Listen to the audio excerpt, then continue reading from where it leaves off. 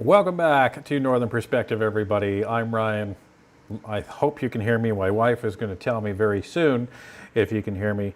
I'm in the mobile studio in our nation's capital, Ottawa, Ontario, broadcasting live from relatively near Parliament Hill.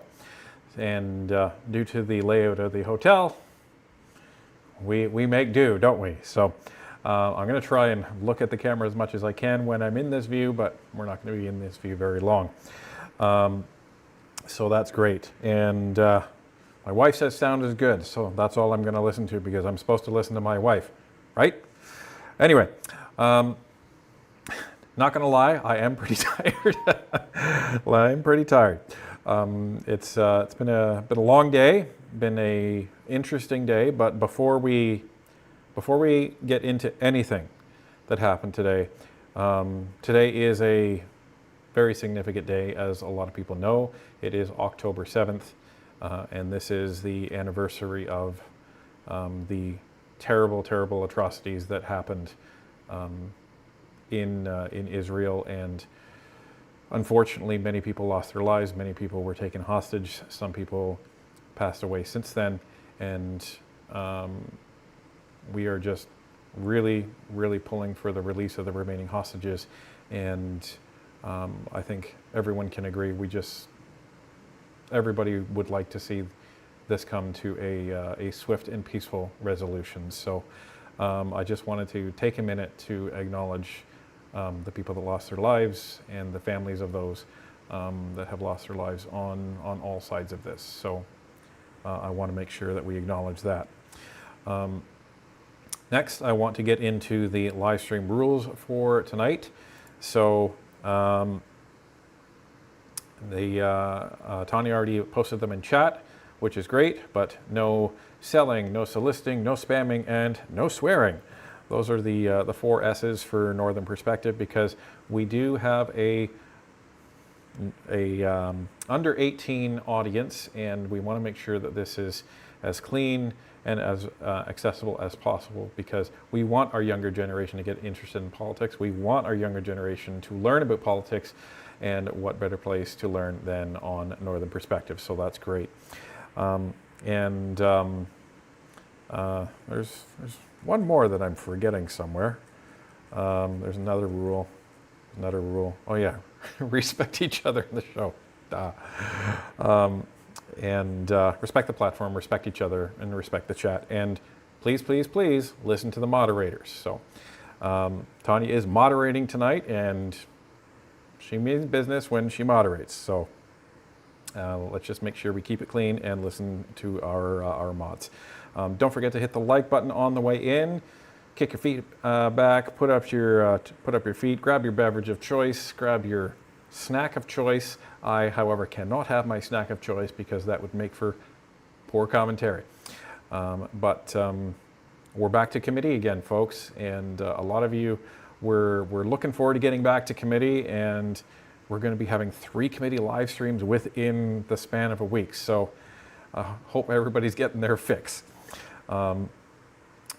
For today, we have, if you don't know, which you probably already do, we have Thomas Shukevich, who appeared before the Standing Committee on Procedure and House Affairs, and he testified on behalf of the Longest Ballot Committee.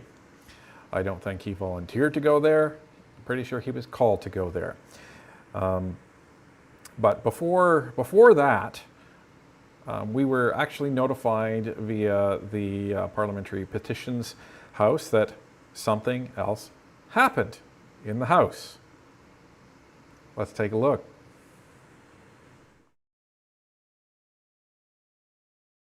The Honourable Member for Hamilton East Stony Creek. Thank you, Mr. Speaker. I'd like to table a petition E6579. Now, this petition is in regards to the longest ballot. It is a non-partisan petition where I strongly feel disrupts the democratic process. It takes and disrupts the election process for some Canadians that seniors and elderly or English-speaking second language confuses the process, and we have to make a streamlined process where all Canadians find the simplest path forward to vote for their whoever they want to vote for. What it also does is it weaponizes democracy. So I present this petition to clean that up, because I think people have had enough on both sides of the aisle. Thank you. We have 30 seconds for the honourable member for London Fanshawe. So that was our amazing new superstar MP, Ned Curick, presenting our petition and tabling it for the House. Reached almost 32,000 signatures, and in it, as you may all know, and we've said it ad nauseum, contains recommendations on what to do and to change the Elections Canada Act in order to prevent the longest ballot from carrying out their ridiculous pranks any further. They are not a serious group. They're not serious about electoral reform, as you will see shortly. And this is literally just a prank for them, and they love attention. That's what was demonstrated over the last 5 years when they've been doing this, and that's what was demonstrated in committee today.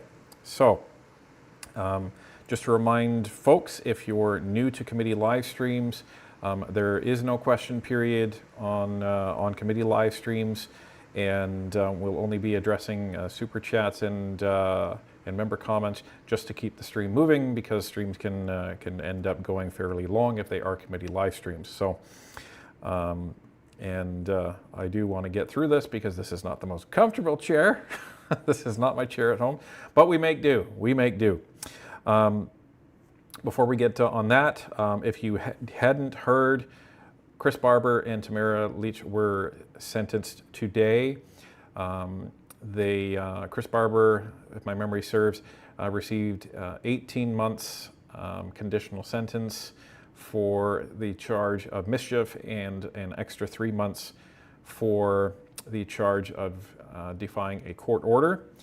And Tamara Leach received a 18-month sentence, conditional sentence, and her already time served in confinement reduces that down to 15.5 months. Now, both of them have to spend the first 12 months under house arrest. So they have to stay on their property. They can leave their house, but they have to stay on their property. But there's a lot of exceptions that allows them to leave their property for employment, to visit family members if needed, and medical, and any court proceedings and things like that. So it's going to be like being in lockdown again, which we've all already been through. So my hope is that they're not going to notice it too much, and they can get through this as much as possible. The alternative to that, what the Crown was asking for, was 10 years in prison, which is outrageous, and the judge found that outrageous today. And you know, are any of us happy with the sentence they got? Of course not. Of course not. Given what they could have gotten, you know, it's better than that, right? You know, I spoke to Chris, and I spoke to Tamara today after the trial, and Chris went in there with no expectations. I think he's just happy that he gets to go home. And in speaking with Tamara, her biggest fear was that she would actually have to leave Chris behind, and she didn't have to do that. So that was. It's a win for them. They consider that a win, that they're not going into confinement and in jail. So hopefully they can move on. I always forget this part. They also each have to serve 100 hours of community service. Following the first 12 months in house arrest, then the balance of their sentence, they have to abide by a curfew, 10 p.m. to 5 a.m. unless work or one of these other exceptions comes into play. So, so that's the whole deal. What happened in court today? If you're interested in what happened play-by-play, you can find my X mega thread on our X profile, and I live tweeted it for a couple hours to give everybody basically what was going down and how the judge was moving through. Okay. Dave Paisley, welcome to NP Supporters. Thank you very, very much. Rob Robillard, member for 20 months, no selling. What? I have to sell all these homes I built in a couple days. Keep up the great work and glad to catch committee live stream, which is how I NP and a big supporter ever since. Thank you very, very much. People are asking about Big Red from what I'm hearing.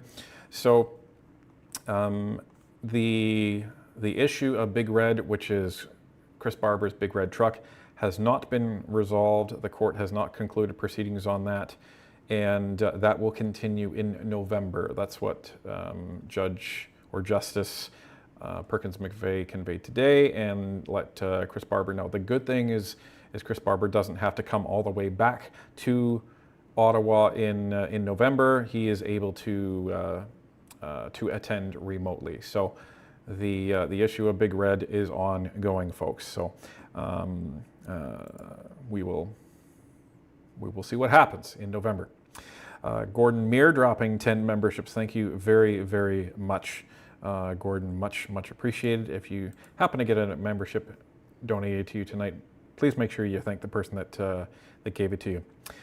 One note, earlier today I've seen the wireless stop working, and I'm hoping it doesn't stop working. Like, it still looks like it's working on my laptop, but it stops the feed. So I'm hoping that doesn't happen during the live stream. I'm going to rely on my wife to send me a message ASAP as soon as she notices that, and then I'll try and reset the wireless, and hopefully we can get the stream back ongoing. But fingers crossed, we'll be okay, because I just reset it right before we started. So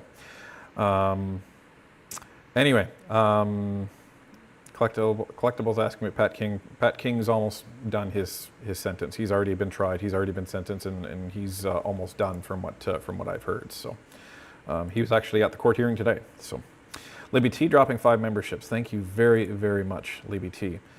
Thank you very much. Now, one of the most interesting and I found exciting things about today's committee meeting is we got a little indication that Mr. Cooper was holding up pieces of our evidence. So that was pretty exciting to see. I have to geek out a little bit at that, but you all will see it, and I'll give you an example of it when it comes up.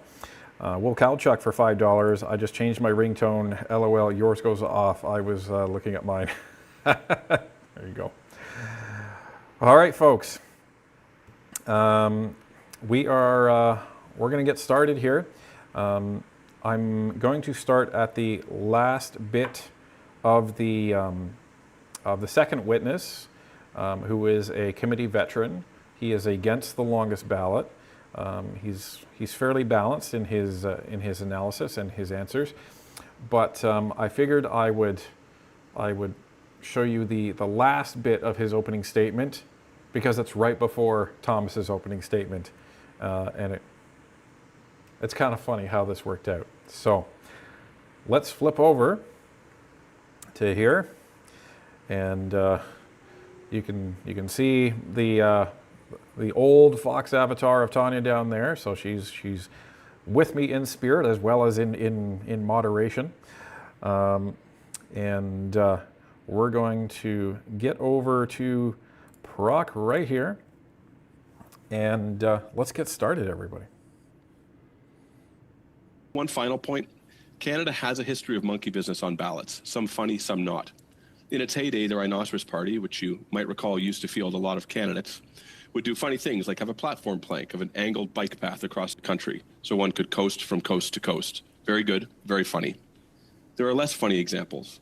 As Louis Messicott once told me, in Quebec, before the introduction of party names on ballots, troublemakers would occasionally run a candidate who shared a name with a serious candidate. This was meant to confuse voters. That's less funny. This long ballot business is less funny. It's the handiwork of self-proclaimed democratic reformers who have lost referendum after referendum, sometimes after citizens' assemblies and sometimes not, and who recently lost another court case affirming the constitutionality of our electoral system. Canadians have, time and again, indicated that they don't want what they're selling. So you might find it less funny that they want free rein to gum up election ballots. Thank you very much. Thank you so much. For 5 minutes, we'll turn to Mr. Shukevich. Okay, members of PROC, given your mandate of reviewing both election law and conflicts of interest, it is extremely wise of you to take the time to investigate what the longest ballot committee is all about. If there's one thing I want you to take away from my appearance today, it's that democracy is best managed with strict, non-partisan impartiality. So while you consider that, Mr. Chair, I'd like to give a huge thank you to all the candidates who put their names forward to run in long ballots. And I want to give a huge thank you to all the voters who signed their names hundreds of times in support of those candidates and in support of electoral reform. Because of them, this protest has been successful beyond anything I honestly could have ever imagined.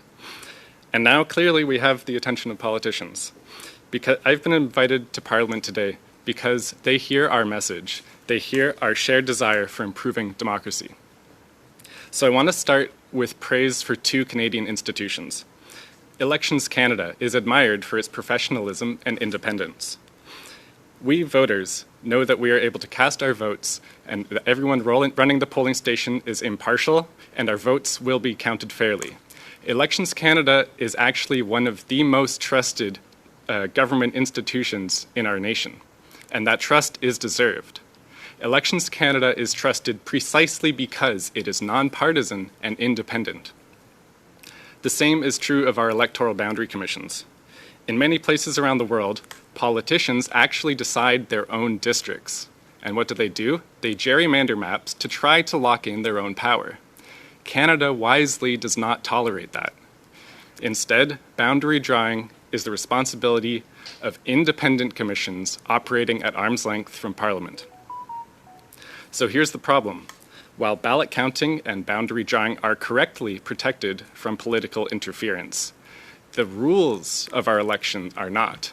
The laws that govern how parties are regulated, how ballots are designed, about who's even allowed to put their name forward as a candidate, and about how votes get translated into seats.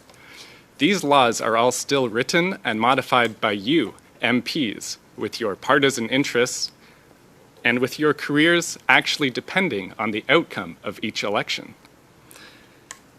This is a textbook conflict of interest, obviously.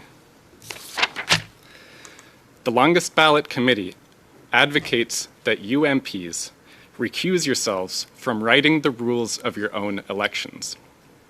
We already know that the model of nonpartisan independence works.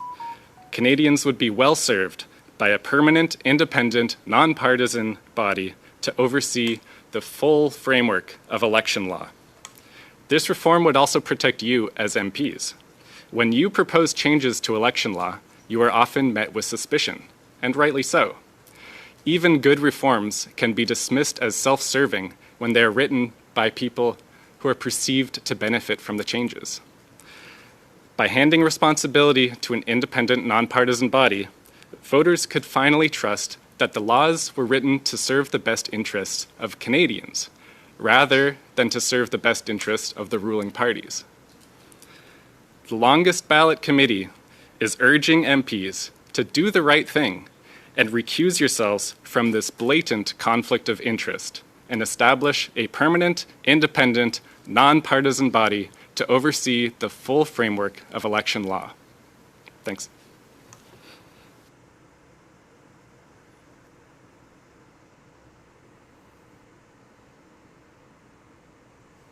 Okay.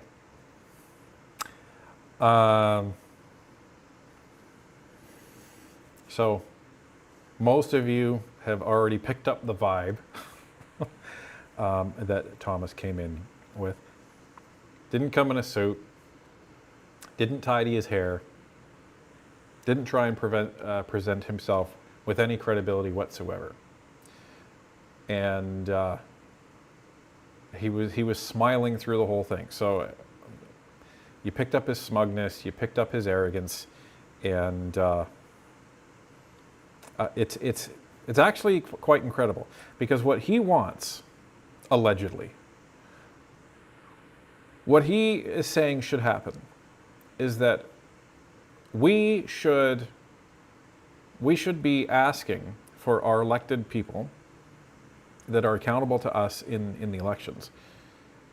We should be asking them to create a brand new government agency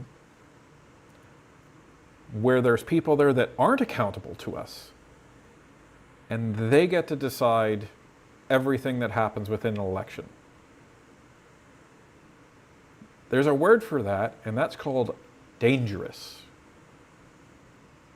Because if you look at this whole thing, okay, sure, you can say that that's a conflict of interest for the MPs, but then every other thing that they vote on is a conflict of interest for them as well. Every time they change the criminal code, is that not a conflict of interest? Of course it is. Because they're voting on something that is potentially going to benefit or not benefit them. So, but that's the whole point of lawmakers. So especially when you're dealing something when it comes to the elections, yeah, the people that you want making those decisions are people that are accountable to you, the public. Why would you give up that responsibility? It's crazy. It's crazy. But this just shows the unseriousness of it. Now, we're at about 2,300 people watching, 1,000 likes, folks, so we're really, really behind. Please give us those YouTube points and like the stream so YouTube pushes this up in the algorithm and suggests this to more people. Because a lot of people, even though they have their notifications on, don't even know the stream's here. So, anyway, let's, okay, for those that have seen this, you know what's coming. But for everybody else, something's coming. Something's coming. Before we get to that, I want to make sure I catch some of these. Got it. So we have Laura Baker for $2.79. Are you excited, Ryan? You absolutely got this. I am excited, and I'm actually looking forward to it even more after today. So it's funny how that happened. Mike St. Jean, in unrelated news, Jay's up 6-1. 6-1. Oh, amazing. Absolutely amazing. Thank you. Keep those updates coming. Kickin' Blue for $2. Coop Dog watches Northern Perspective. Someone does. Evelyn Sharan dropping 5 memberships. Thank you very, very much for that, Evelyn. And Susan Canna, great to see you. I'm for 27 months. Your gift card still awaits you and Tanya at Felina's. It's still there on the bulletin board. Stephen Harper ate there. It was so cool when he was PM. Oh, so next time we're in Ottawa, we have to go back there. It's excellent, excellent food. And Monica Mills for $14. Thank you very, very, very much for that. Okay, folks. You ready? Thank you so much, and thank you to both witnesses for being under your 5-minute allotment. Mr. Cooper, we'll turn to you for 6 minutes, please. Thank you, Mr. Chair. Mr. Shukevich, you have operated as a key organizer for the longest ballot committee and served as the official agent for many of the candidates affiliated with the longest ballot committee, correct? That is correct. And your brother, Kieran Shukevich, also was an organizer with the longest ballot committee, correct? That's correct. Okay, and I want to ask you some questions about the recruitment of candidates and the collection of nomination signatures for the longest ballot committee. When you and other organizers from the longest ballot committee were collecting signatures, at times electors would have been presented with multiple nomination forms to sign simultaneously. That's correct. Okay. And as you went about collecting signatures and recruiting candidates, the longest ballot committee told prospective candidates that they didn't have to worry about collecting signatures because the longest ballot committee already had collected the 100 or more signatures needed for them to get onto the ballot. Isn't that true? No, that's not true. You have that a little bit backwards. So we recruit candidates, we get all their names, and then we collect signatures for them. We're not like just collecting signatures for people who said they don't want to run. So I have a video Okay. that you posted on YouTube to the longest ballot committee on August 18th, 2024. Yes, ladies and gentlemen, the video that Thomas posted, the longest ballot committee, way back when, the video he subsequently removed from YouTube because it's kind of a problem. It's kind of a problem. And it's just wild that we know this is from our stuff now. Like this is from our videos. It's crazy. It's crazy that he's doing this. But it's a huge indictment of the longest ballot, and if it wasn't, why would they take it down? Why would they take it down? SK for $2. Thank you very much. Ryan, you are looking unusually plump today. Thanks. I guess.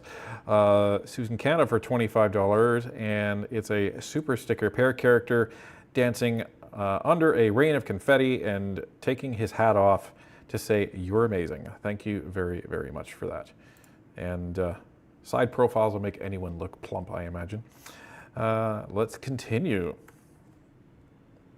In respect of the LaSalle-Imard-Verdun by-election, in which you state that if we're going to break the record for the longest ballot, we need everyone to sign up as soon as possible. We've already collected 100 nomination signatures for you. All you have to do is follow the instructions. So, in fact, you and other organizers for the longest ballot committee were going around with nomination forms that didn't have candidates' names on them. Isn't that correct? That is not correct. I'm going to stop you there, Mr.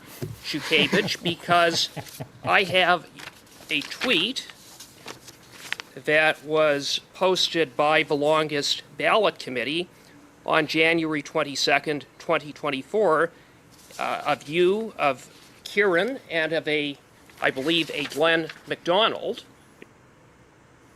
Oh. Oh, you mean this tweet? You mean that one? Yep. And when you look more closely, this is you. We see where the candidate's name is on the nomination form with signatures. The candidate's name is blank. So that's precisely what you were doing, was going out and collecting signatures, getting electors to sign blank nomination forms, not candidate nomination forms. That is not accurate. Well, I just present you with evidence, documentary No, evidence, that's that not- establishes that, in fact, it is accurate. And I want to caution you, sir, but you're testifying before a parliamentary committee, and you have an obligation to answer my questions fully and truthfully. And if you fail to do so, sir, you can be held in contempt of Parliament. And I want to make clear to you that I will not hesitate in using all of the tools available to hold you accountable should you not provide truthful and accurate answers, which up till now you have not.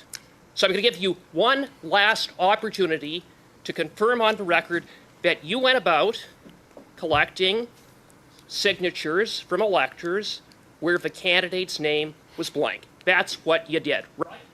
No.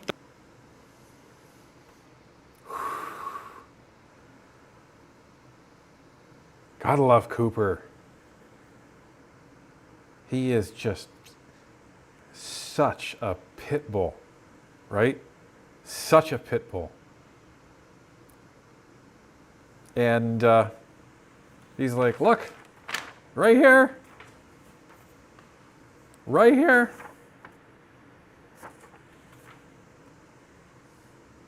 And maybe we're seeing Christian Fur 3.0 because, you know, we already had. I don't have that meme with me. We already have Stephen Anderson, so he was 2.0. So maybe this is 3.0, right?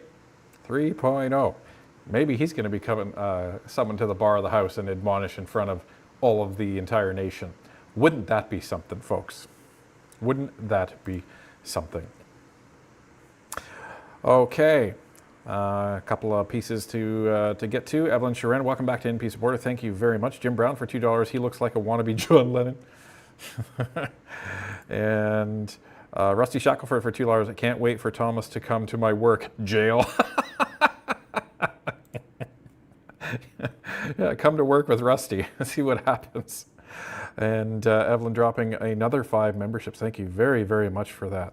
So, okay, now listen to what Thomas tries to say here. Just listen to what he tries to do here. That is not accurate. If you would give me a chance to actually respond, you've made quite a few incorrect assumptions here. Where would you like me to begin? With the AI doctored images or with your misunderstanding of what sign up means? AI doctored images. AI doctored images. Elliot, member for 19 months. Coop Dog is a beast. Yes, he is.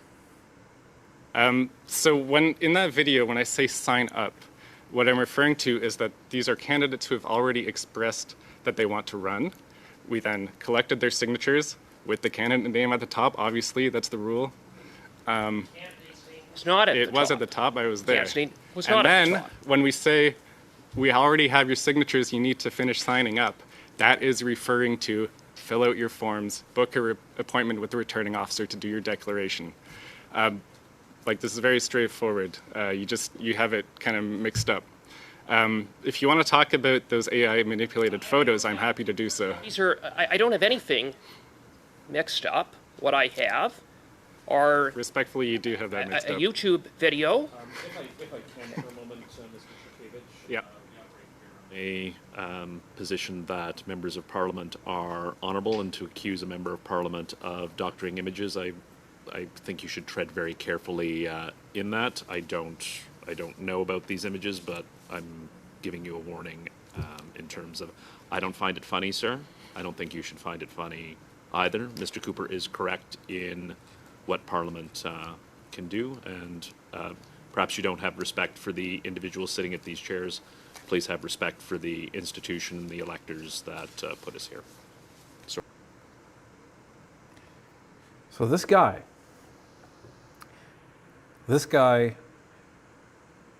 is sitting there, and the chair interrupts Cooper, which is his prerogative. As soon as the chair starts speaking, everyone has to be quiet. That's the rule. The chair then admonishes Thomas. What does Thomas do? He starts laughing.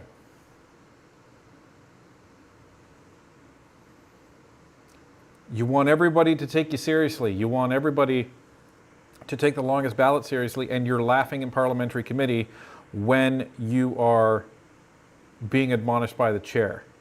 Even the chair, who's a liberal, folks, who's a liberal, and I give Biddle all the credit in the world for this committee meeting. I give him all the credit in the world because Cooper didn't ask him to interject. He interjected.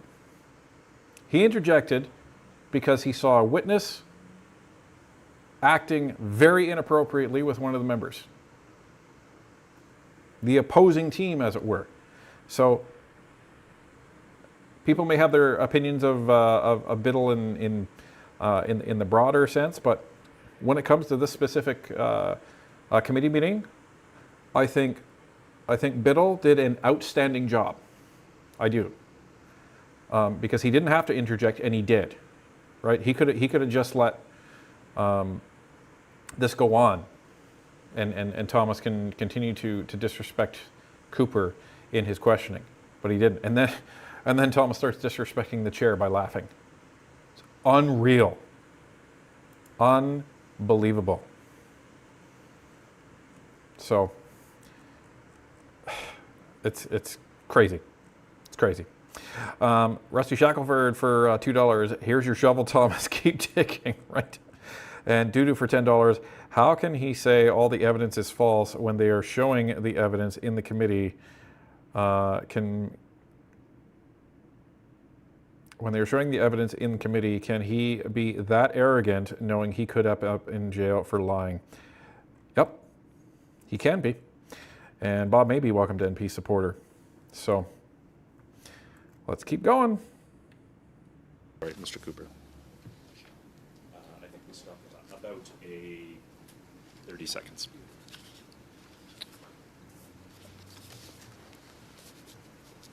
ahead. No, we have never collected signatures with blank candidate names.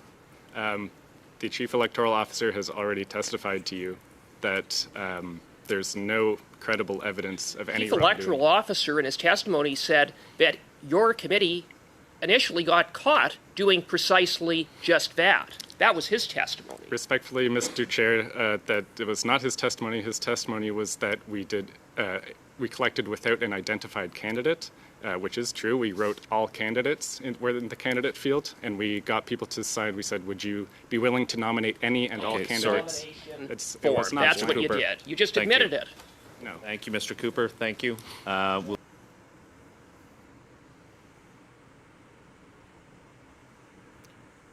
The fact that this guy would invoke the testimony of the Chief Electoral Officer on October 2nd, and he obviously didn't pay too close attention to what the Chief Electoral Officer said. I did, which is why I amended my opening statement. Because the Chief Electoral Officer said, "Oh yeah, well, the longest ballot.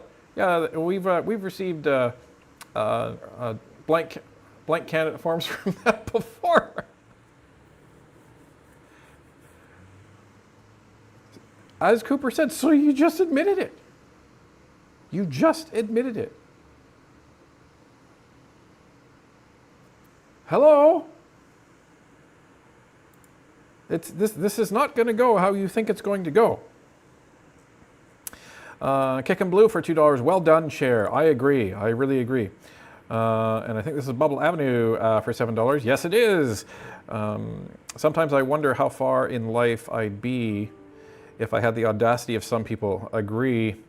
From what I saw, Biddle was great. There you go. There you go. And CGR 902, it looks like the Liberals are going to throw the longest ballot under the bus. He needs to provide evidence that the image was doctored.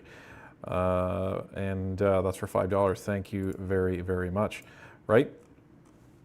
And he's trying to say, well, you know what? We'll just let this play out.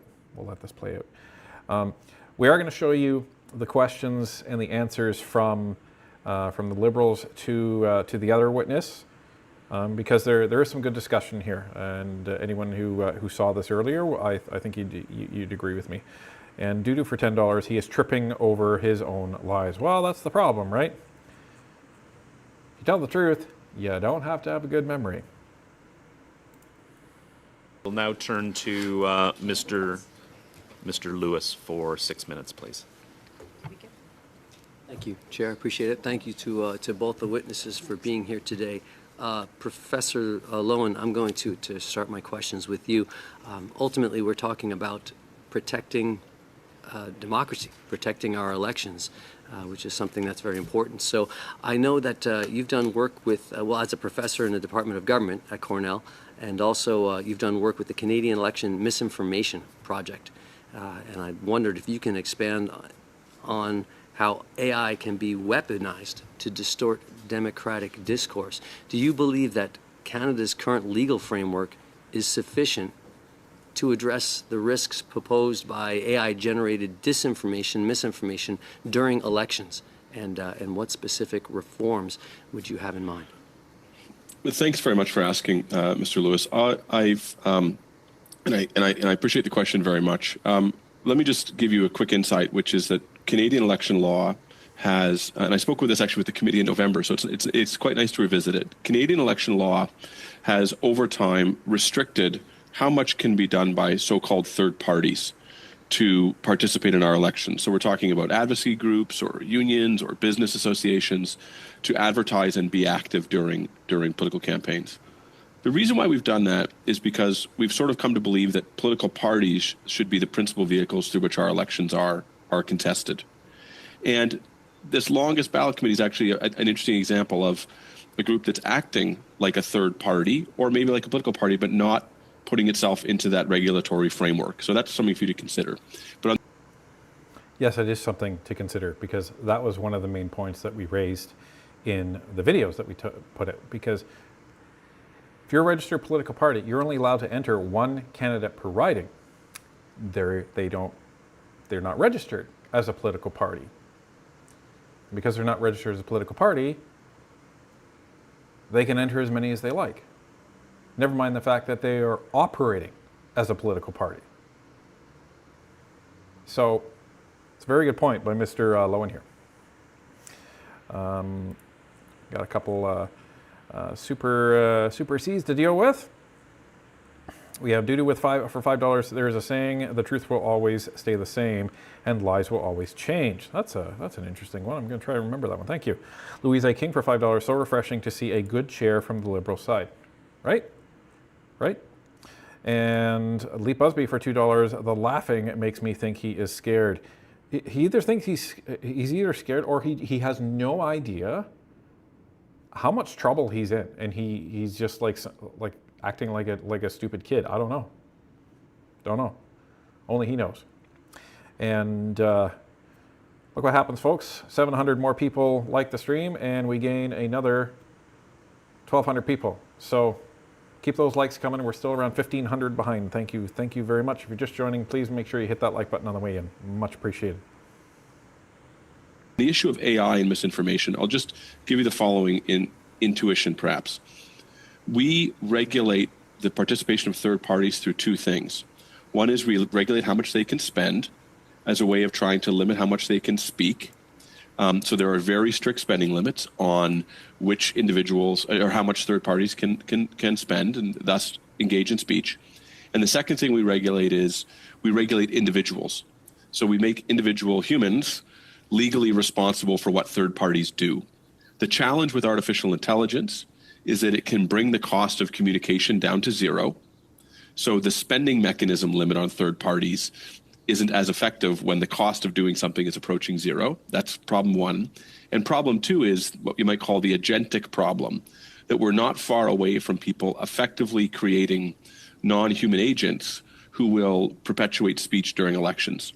Fake Twitter accounts are one example of this, but you can imagine an AI agent that's designed to create political advertisements and then put them out onto the web. It's not an individual putting them on, it's an autonomous agent, and it's doing it at essentially zero cost as it uses social media to spread itself. So what's needed in the legislative framework to address that is to acknowledge that the kind of human-centered spending limit approach to limiting third parties doesn't work as well potentially in an AI world. I hope that's helpful to you. It is, thank you. And is there a way then to require, let's say, labeling AI-generated content, possibly during election time? Can that be enforced without stifling legitimate political expression? Is there a way of doing that and balancing that during an election campaign? There is, I think. I mean, I would say that you already have labeling of political ads, right? So the way Elections Canada's legal framework works, or the way the Canada Elections Act framework works when we're regulating speech during elections, is parties have to take accountability for the ads they put in place by indicating that they've been approved by the agent of the party. And third parties who are operating within the law also have to disclose who's behind the advertisement, and they have to subject themselves to limits. So, and the way you do that is you do make the broadcasters and the platforms comply with certain restrictions when labeled content is put out, right? And with the requirement to not post unlabeled content that is an election advertisement. So you can extend that part of it, I think, relatively easily. And then the second thing you can do is you could pass legislation that would similarly prohibit the platforms and the networks from disseminating information which is which looks like election advertising by third parties, even if it is produced by agents rather than by humans.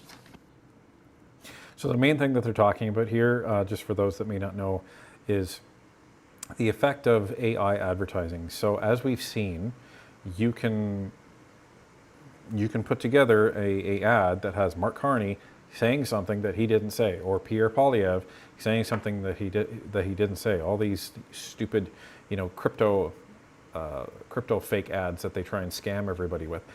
So what they're saying is, even in a legitimate case, you can have an AI ad created for relatively little money, and then you don't have to worry about cost. And so it introduces a different issue. And then you have these third-party organizations that all you have to say is, paid for by whatever, and they can put out these AI ads and do whatever they want. So it's a issue that needs to be addressed at some point, because it really affects what third-party organizations like the Longest Ballot and like that organization Protecting Canada, the anti-Pierre Poilievre organization that we covered before, organizations like that. So very interesting topic that they're looking over. Okay, SK for $2. Doesn't Peter Lowen look like a puppet doll? I think he looks normal. TJ Clark for $10. I hope Thomas has leveled up in Prison Shower Simulator to both PC and console. He's gonna need those skills in real life. Wow. Will Kalachuk for $5. I'm putting it out there. We hit 3,000 likes tonight. Gifts on the way. Let's go, everyone. There you go, folks. Will Kalachuk is always good on his word, and we are now not 1,500 away. We are just a little over 1,100 away. So we're making progress there. Thank you very much, NP Nation. Let's get on it. Thank you. In the time I have left, in your opening statement, sir, you referred to the Longest Ballot as in the fact that management of elections are highly localized, and the concern that I have on this committee is the rights of peoples to vote. Can you explain that point, that the management of election highly localized, and the challenges that were faced, and the possible challenges to people's right to vote? Yes. What's remarkable about Canadian elections is how amateur they are and how well run they are, right? That all of our local polling places are staffed by people who are paid, but they're essentially temporary people working to serve our democracy. And they're doing it in kind of the most important civic activity that we do. So I've always found that kind of interesting. But the challenge is that if voters walk into a polling place and they're confronted by 1,000 names on a ballot or 200 names on a ballot, it makes it challenging for election workers to explain the ballot to them, and it makes it challenging for them to help the voters do what the voters intend to do. Voters are not there to cast a ballot for some obscure person who got onto the ballot through a signature harvesting exercise. They're there to vote for one of the major parties, or maybe a real independent local candidate or a local notable, or a small party that's trying to break through. So if voters are going there and they're told, look, voting is straightforward, trust us that you can do this, and suddenly they're confronted with a meter-long ballot, it erodes, at least at the margin, their sense of democratic efficacy, and it makes it hard for the people running elections. I'm sure it's frustrating to explain where to look for the people who are actually running for office on that ballot. Interject, I do apologize. Mr. Lewis is over time. Thank you so much. Madame Normandin, and yes, if you can put in your earpiece. Merci beaucoup, Monsieur le Président. Thank you very much, Mr. Chairperson, and thanks to both the witnesses. Everyone will be thrilled to hear we have the South African interpreter today. Before we move on, we have Michael Harry for $2. Protecting Canada is funded by George Soros and a few other people. Professor, let me start with asking questions of you. In your opening remarks, you started by saying that the Longest Ballot Committee is violating the spirit of the elections. a tad. Now, I'd like to hear your thoughts about the balance that should be struck between the right of an individual to run and also to run on their ideas, by extension, and the right of citizens to have elections, the spirit of which is to elect someone who would be fit to represent them. So how do you strike that fine balance between the right to run, to bring your ideas to the fore, and also to have elections, the spirit of which is laudable and praiseworthy? I think the ballots in Canada, pardon me, okay, are we okay? I think ballots in Canada most certainly should have a place for non-major party candidates, right? And I think that it's really wonderful that people step up to run in elections when they probably know that they don't actually have much of a chance of winning, depending on their party and their geography of where they are. And I think that is an important part of our democratic exercise.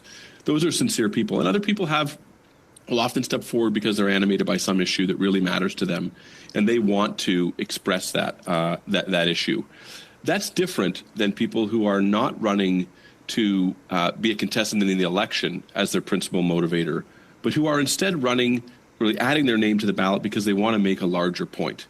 And I think that is the animating spirit of the Longest Ballot Committee. They want to gum up the ballot with as many names as possible to make a point that's different than standing in an election because you have certain views. So I think you can certainly strike a legislative sweet spot, which makes it possible for local people who want to run for the sake of running, even if they're not a part of a major party, to get on that ballot by earnestly seeking a large number of signatures, while tailoring the rules to not allow for the monkeying of ballots by allowing, for example, one individual or one group to capture signatures for hundreds of people.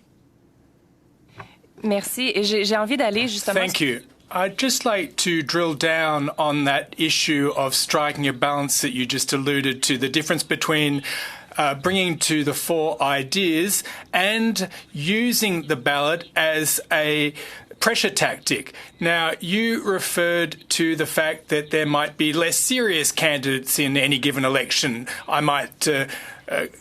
for example, think of the Rhinoceros Party that presents kind of far-fetched ideas and, in fact, are a protest candidate in some ways.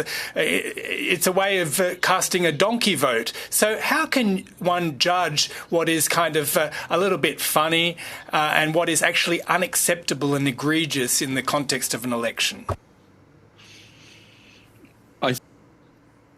Just because I've seen a couple comments on the interpreter, we actually do really like this interpreter, and there's a couple of reasons. Number one, when he speaks very clearly. Number two, he doesn't usually have a lot of uhs and uhs and things like that. And when they're speaking into the microphone that they have, it comes across as, a lot clearer than it.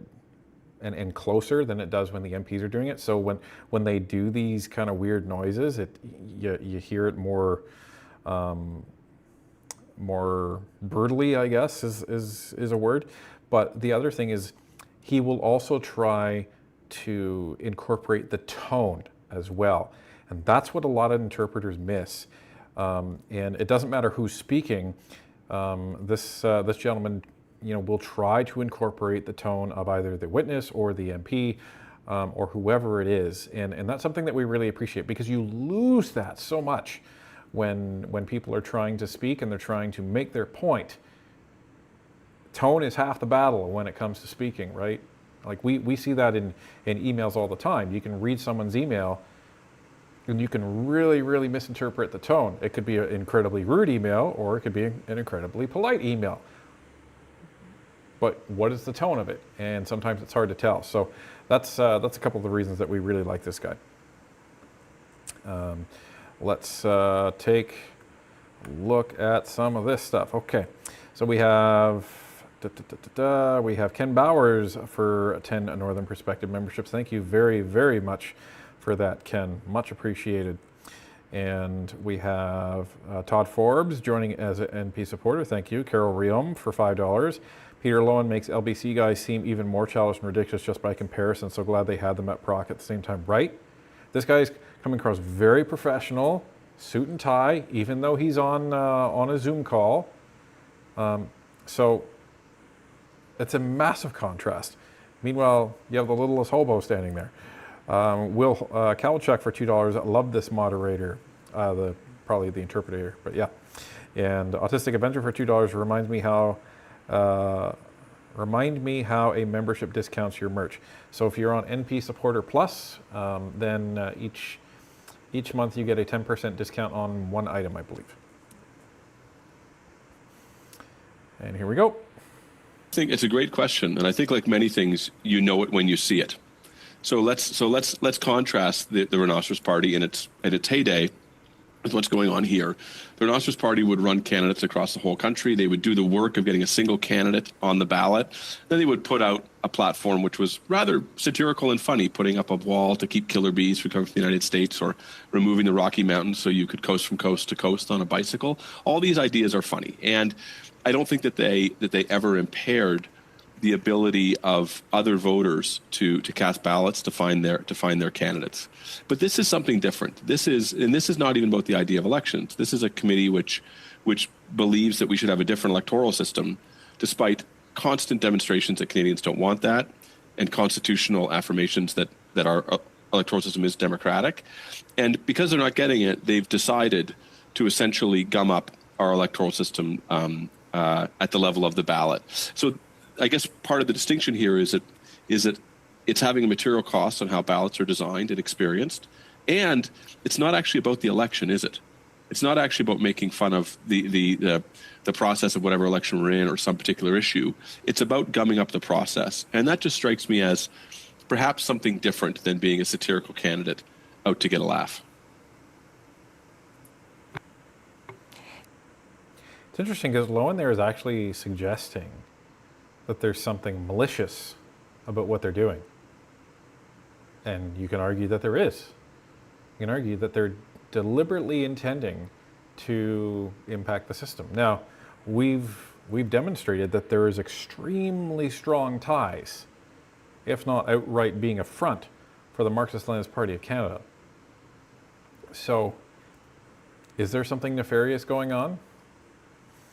Sounds like Lowen thinks so.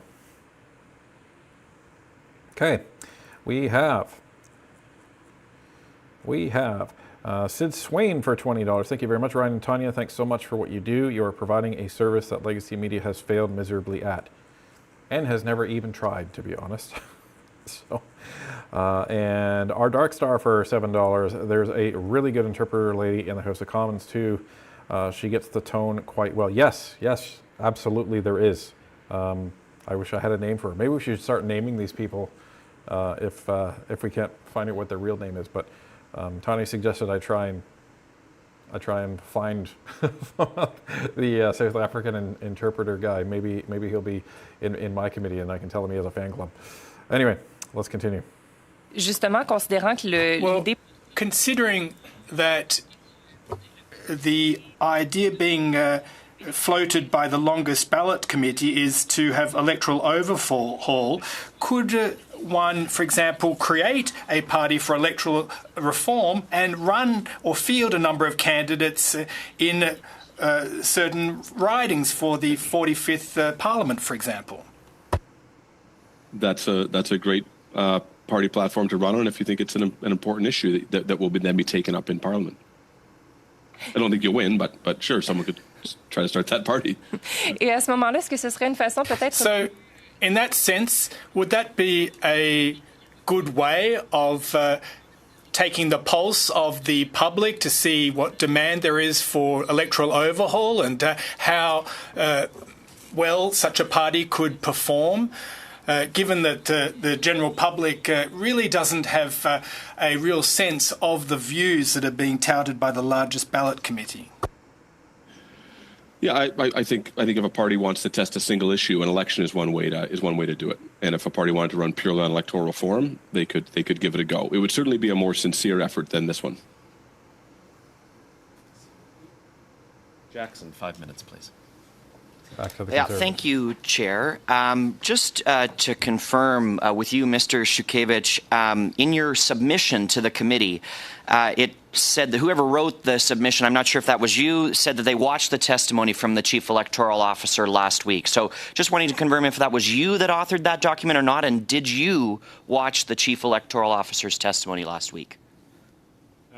Yeah, my brother and I wrote that document. And yeah, I watched the testimony last week. Okay. So you'll have seen then that the Chief Electoral Officer testified last week that your actions in various constituencies, whether it be general or by-election, affect every voter's access to vote, but the actions of your organization particularly hurt and block the ability of seniors and folks with disabilities to be able to cast their ballot. Those who are born with additional needs and the seniors who built this country should not have barriers put in their way by a political stunt that has no motivation or request from the public to change our electoral system. So what kind of an organization would try to prevent those most vulnerable in our society and our seniors from being able to access their constitutional right to vote? I hope you're ready for this.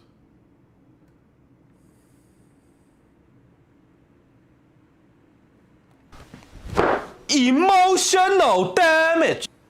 Answer, folks. I hope you're ready for this because it's one of the dumbest answers I think I've heard in committee for a long, long time. A long, long time. Tistic Avenger for $5. Thank you very, very much. Does the 10% discount accumulate over time if you don't use it? As in, if you don't buy something for 10 months, you can order something for free, or is it capped? It does not carry over. So if you miss using your discount last month, then you don't get to use it twice next month. Hopefully that clarifies that. And we have Freedom Lover for $10, and it's a super pair.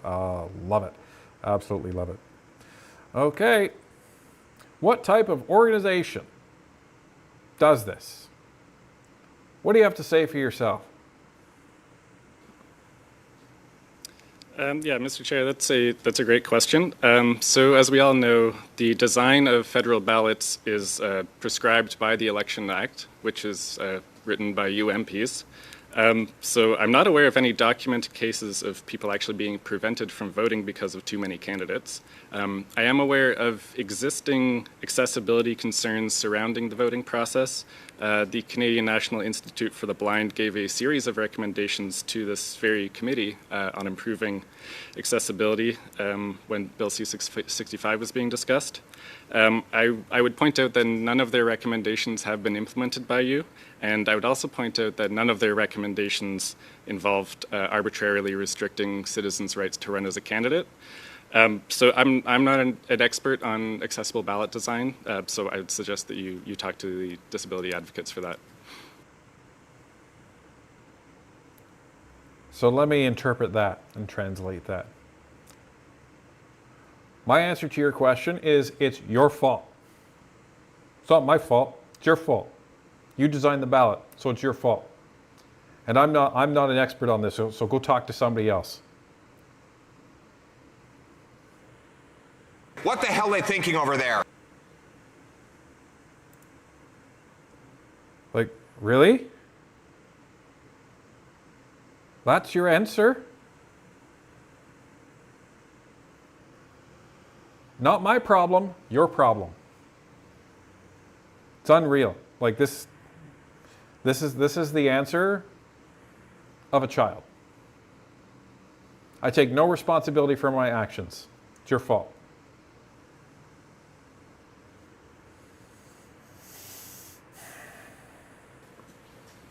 Well, thank you, Chair. I think the Chief Electoral Officer has spoken to disability advocates and has heard multiple complaints. The number of complaints about this election were higher than it has been before, which was also presented as part of his testimony. So whether or not it's the end goal of your organization, this is the result that people had a more difficult time casting their ballot in this election, both in the Battle River Crowfoot by-election and in the general election, than ever before. And they were predominantly seniors who had to wait in longer lines and found the sometimes meter-long ballot more inaccessible or people with disabilities, including, as you mentioned, people that are vision impaired. So these actions have caused people not only to be unable to wait in the line longer to vote, but also required in many cases no longer their ability to privately vote because they required assistance in the ballot box in order to manage the ballot that your organization forced to be so unwieldy that they could not manage it on their own. Why would you take these actions? And what do you have to say to those Canadians who had their privacy breached because of their inability to manage the ballot on their own because of your campaign's actions? Mr. Speaker, I would, again, I don't design the ballot. The ballot design is written in the Elections Act, which means you MPs actually design the ballot. And if the Chief Electoral Officer was following the will of Parliament, then it actually would have been twice as long in those two-column situations. Of course, for operational reasons, understandably, he had to make emergency amendments to the Elections Act in order to not make it like 4 meters long. So yeah, if you're concerned about accessible ballot design, I strongly suggest you talk to disability advocates because I'm not an expert on this, and I have no power to change the design of the ballot.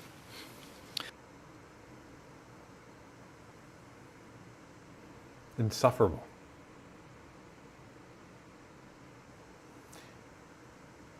So basically, I have nothing to say to everybody. Screw you all. That's what I glean from that. And again, this is from he and his brother. Kieran's the guy who issued a court challenge in 2017, clutching his chest because his charter rights were infringed because there was a $1,000 fee. But he was also challenging the court to drop the 100 signature requirement. And he was also challenging the court to drop the witness requirement. So he was trying to get the court to wipe it all out, that anybody can just walk up and be like, no signatures, no witness, no 1,000, I'm running.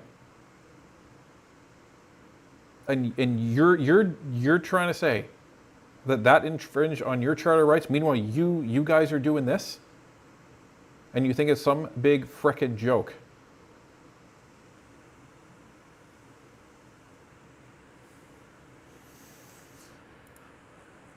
Something else. Let's see, we got a couple here. 1/10 joining as an NP supporter. Thank you very, very much. A little tongue-tied there. Jim Brown for $5. Thomas is just passing the buck. Yeah, he's barely even doing that. And Liz Tabor for $5. I don't think, Ryan, it is a child's answer, but if you watch Question Period, it is a liberal answer. Kind of. Yeah, kind of. Well, sir, with respect, you do have the ability to stop your committee's actions from blowing up our ballots to achieve a political goal where there is no political consensus in this country to change our electoral system. The professors already noted it. You have a Liberal Party that campaigned on it in 2015 and then backed away from it because they recognized that there was no willingness to change the electoral system from anywhere near a consensus or even close to a majority of Canadians. So you're wasting everybody's time and in the process harming some of our most vulnerable Canadians' ability to participate in Canada's democracy. Okay, I will interject there as it is 5 minutes. Perhaps Mr. Shukevich, you can answer that in subsequent questions that may come up. So we will move along to Madame Kayabaga, 5 minutes. Thank you, Chair. I'd just like to thank our witnesses for being here today. Just a question for Dr. Lowen. Do you think that there are any empirical studies in Canada or anywhere else in the world that show that the ballot length affects voter error rates, any spoilage, or even like voter turnout, and including the ability for voters to understand the ballot and how that impacts or doesn't impact their decision making? Thank you for asking. It's a literature I used to know better about 15 or 20 years ago. So I don't want to characterize all of it, but I'll just say two things about it. One is that ballot design effects are generally small. So very rarely do ballot design effects matter for the outcome of an election. So I think we should be clear about that. There are, however, a few notable irregularities. One is that ballots that are alphabetically ordered favor people who are at the top of the ballot, and there's fairly well established empirics on ballot order mattering. So people who are closer to the top of a ballot matter more, and then length of ballot is thought to increase those effects, because the longer a ballot is, the more likely you might be to just sort of say, "Oh, come on, this is too much. I'll just go for someone near the top." That said, a lot of that comes out of studies in the United States where you've got a lot of different offices that you're voting for at once, for example.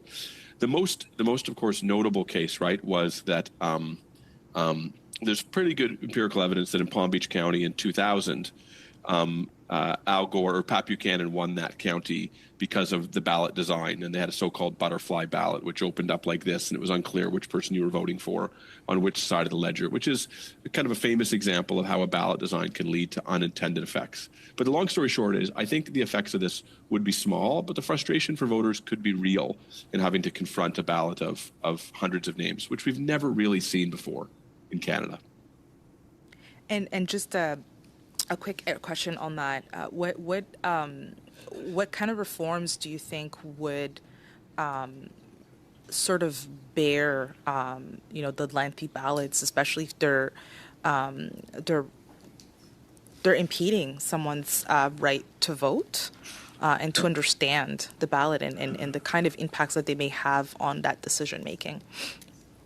I think the tension you have here in designing the legislation is how high of a bar do you set that makes this kind of gumming up the ballot very difficult, but yet is not too high that a sincere candidate who may not have the backing of a party, or who may have the backing of a party that's not popular in that part of the country, can still get over that bar. I will tell you that the thing that stuck out to me as I learned more about this was the idea that a single agent can act on behalf of multiple candidates. And I think that most Canadians would find that curious. We understand that elections are competitive processes between teams of people. So the idea that you would have one coach, or one manager for multiple teams, I think rightfully strikes people as against the competitive spirit of the election and suggests that this is something other than candidates who want to contest the election. And I think that's clear, even from what the committee has said, that they're not actually about putting up competitive candidates. They're about making a larger point that they want a different electoral system from the one that we have. And the one that the vast majority of Canadians want, right? That's the main point here. Main point. And this is why I say they're acting like a political party. They're operating like a political party. Now, in reviewing the social media of the longest ballot, when they were monitoring the testimony going on at committee back in November, when they were talking about Bill C-65, one of the things that they were saying publicly is that, Parliament is talking about only making one agent, and that would make things slightly more difficult, but we're committed. Okay, so you're going to have to find 100 individual agents. So my guess is what they would do is try and find 100 previous people that actually volunteered to be a candidate and try and show them how to be an agent, and that's how they would do it. So I don't think the one individual agent is going to stop them alone. You have to institute a multitude of things into the Elections Act in order to stop them, but while also allowing legitimate, and this is the key point, legitimate independent candidates to run. You have to be able to allow independent candidates to run. We've had independent people as MPs in our parliament before. I think we had up to 4 in the last parliament, technically 3 because one of them was kicked out, which was Kevin Wong, but it still stands. We have Eaton Scott for $2. At least he wasn't perjuring himself. Well, kind of did. He kind of did. Spiky Monkey 33, member for 21 months. You know what happens? Does anyone slap the taste out of his mouth? Sorry if that's not parliamentary. Ask his brother. And the Jillian Davis for $10. I have a very limited sight, blind. I would love 10 minutes alone in a room with Tommy and his brother. They'd never stand again the same. There you go. Yeah. And I'm actually blind in my right eye, so I get it. I get it. And this eye is really having problems. It's getting blurrier by the month, it seems. Switching the gears a little bit around political financing, I just want to hear your thoughts on the risk of foreign influence through political financing, and what you think are the many vulnerabilities that exist in our political financing regime right now. It's a good question. It's one on which I'm not an expert. So you will hear from other people who are experts on it. I think that the biggest vulnerability is a little bit of what I articulated to Mr. Lewis, but put slightly differently, that just as the costs of communicating go down, the ability of people to use small amounts of money to influence our elections is greater than it was before, right? And the idea that it would be impossible for a person from Russia to put an ad on the CBC or CTV, right? But it's not impossible for them to put one on Twitter. So the permeability of platforms versus broadcast networks and radio networks is, I think, probably the most serious vulnerability. That's less about where the money's coming from, and it's about the ability of money to be put to speech on these platforms. Thank you. Thank you so much, Madame Kayabaga. We will proceed to Madame Normandin, but just keeping in mind that we are approaching noon, but we do have a little bit of extra time, so I will add another minute to the remaining three questioners. So 3.5 minutes, Madame Normandin. Merci beaucoup, Monsieur le Président. Thank you, Mr. Chairperson. Some questions for you, Mr. Shukovich, if I may. The idea behind the longest ballot committee is to be militant with a view to having electoral overhaul or reform. I'd like to hear your thoughts. What's your perception about the ability of your message to actually percolate up in the public and cut through? Have your efforts really hit their mark to date? Thank you for the question. So this is where we're actually entering some of the most important questions, aside from the indictment from Michael Cooper earlier on, because this gets to, are you really doing this because you want change, or are you not? So Normandin's question is, do you think that your cause is actually breaking through? Do you think you're getting the visibility of your cause? Do you think people are understanding it, are flocking to it? Is it having that effect? So this is where we get to some really important questions, because it comes down to they're very intelligently circling the wagons are on the fact of, are you authentic in what you are saying you're trying to do with the longest ballot committee? So it's very interesting what they're doing here. Ken Bowers, member for 9 months. Thank you so much for sticking around. Thomas looks like the son of Weird Al Yankovic. Anyone else see this? Yeah, I can see why you're saying that. And Craig Duncan for $5. Thank you very, very, very much. And we have a couple of others. We have, move over to here. Todd Forbes, thank you so much for a $70 super chat. Thank you very, very much. Been watching Northern Perspective for a few years now. So proud of you guys. Honored to have you speak for us all. I look forward to see you move into a bankrupt CBC studio. Thanks. Thanks very much. And Whiffers has asked for $20. It's unfortunate that the committee can't tell Thomas that what goes around comes around. In my humble opinion, he was absent the day that lesson was taught. Well, he may have been absent the day the lesson was taught when he was younger, but he's going to get an adult version of FAFO.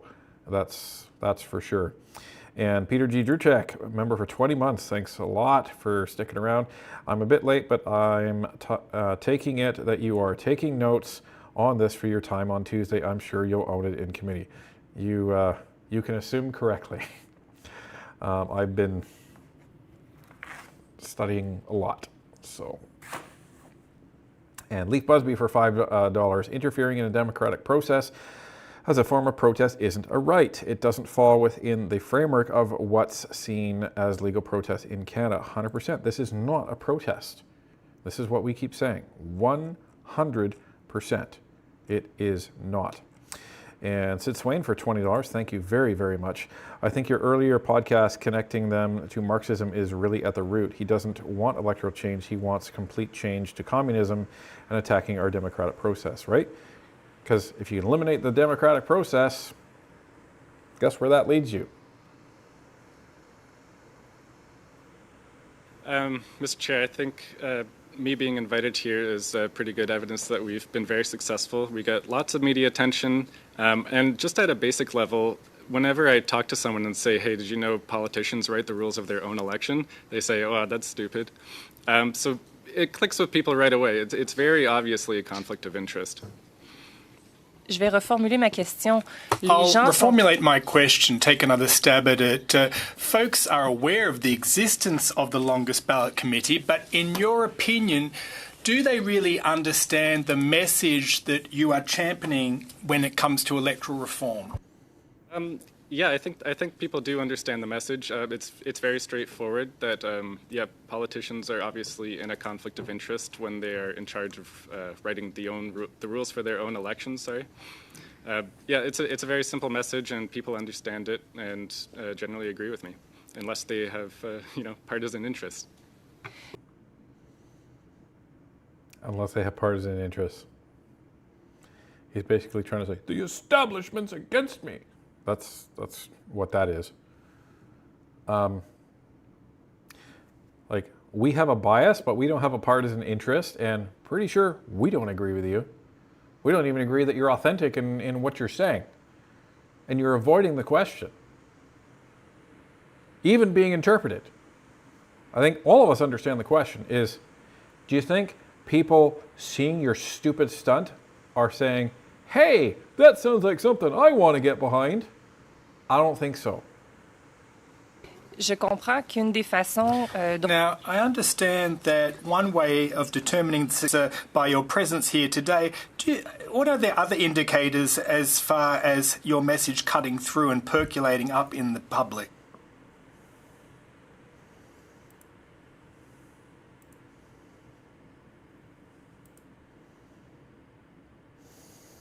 We still good, everybody? I just saw a message come up on my stream.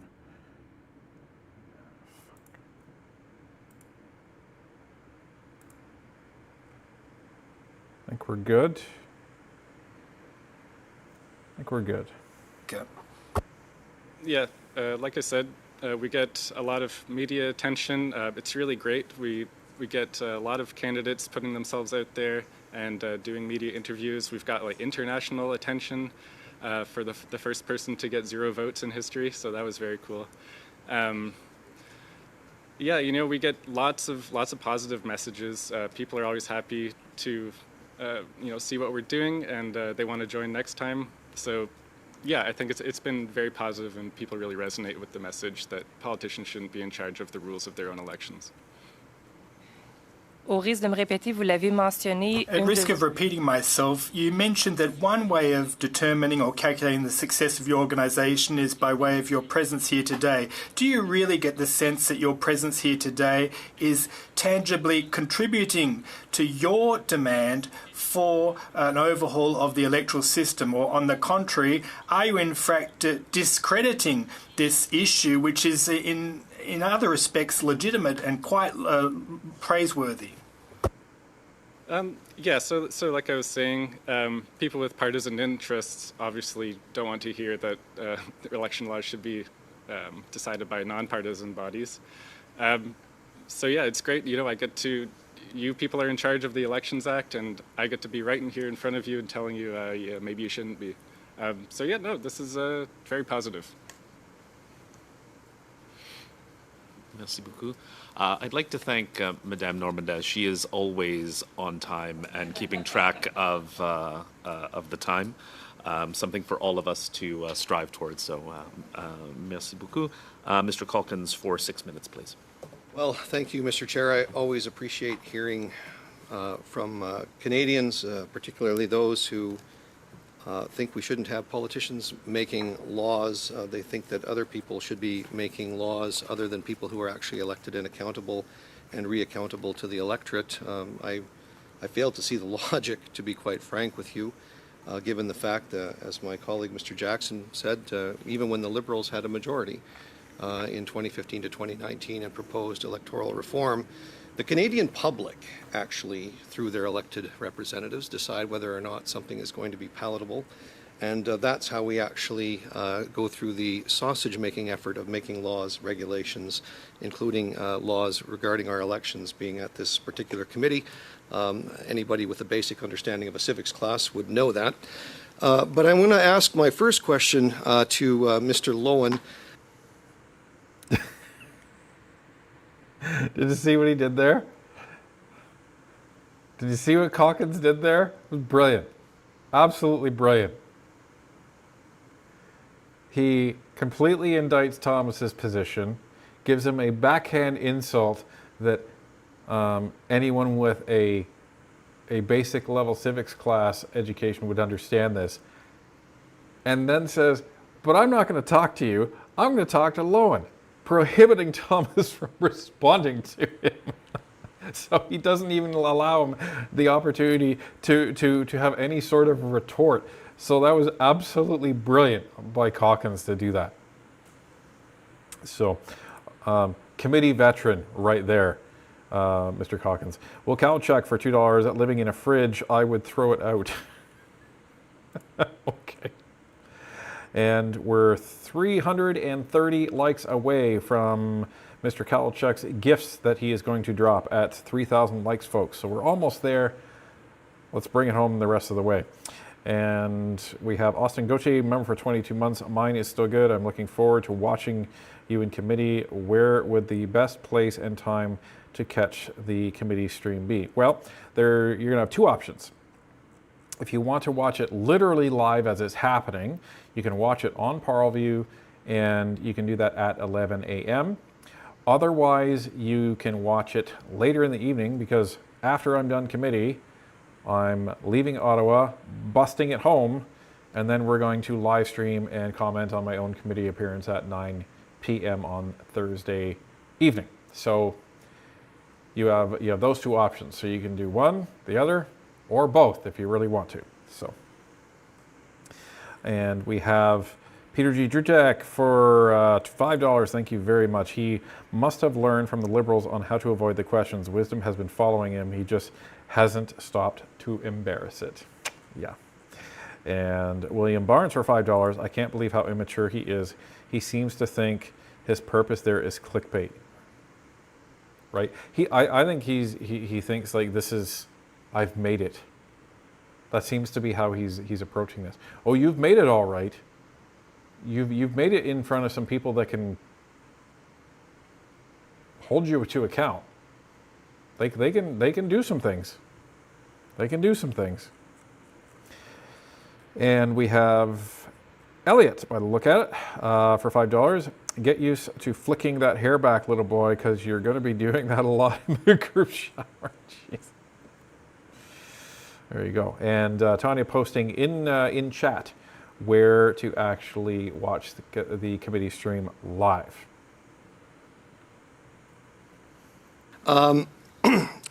Mr. Lowen, in 2017, an Alberta court decision ruled that a provision in our electoral laws requiring a $1,000 deposit was a violation of the Charter on Rights and Freedoms. Do you, first of all, I think you would agree that elections are serious business. I don't think there's a more serious thing that a Canadian can do than cast their ballot in the democratic process. We're approaching Veterans Week and Remembrance Day. Over 120,000 Canadians have paid with their lives in order to make sure that we can all do this. This is serious business. It's about as serious business as it gets. I always interpreted that $1,000 requirement to be something put in place to make sure that unserious people weren't able to just get their name on the ballot. Do you think the government made a mistake by not challenging or trying to challenge that decision made by an Alberta court in 2017? I have to confess I'm not deeply fluent with the case, so I don't know the jurisprudential argument for it. It strikes me as an entirely reasonable limit of $1,000. What I will say is that Canadian elections are cheap. I know it seems like perhaps I don't know actually whether MPs feel like they're spending a lot of money or not, but I do know that many of you raise more money than you can spend, and we also have examples of candidates who can win without spending a lot of money. I think it's great that for the most part we've put pretty serious caps on our election spending, so that who wins is not determined purely by who raises more money. Now, where those exact limits are, Mr. Calkins, I'm not sure, but I do think that that $1,000, clearly that $1,000 deposit plus changes in the signatures, or the ease of signatures, and the fact that one could be an agent for multiple candidates, does make the ballot probably more permeable than is desirable, as evidenced by the ballots in the last election. Thank you for that. You've answered the second part of my question as to whether or not you think that should be put back in place. I don't know if there's a possibility to do that now, given the fact that I think the time for challenging that court decision has elapsed. Do you think that in order to protect the integrity of our electoral system and treat it with the seriousness that it deserves, that this committee should look at the definition of registered third parties and to make sure that this is obviously a very organized effort?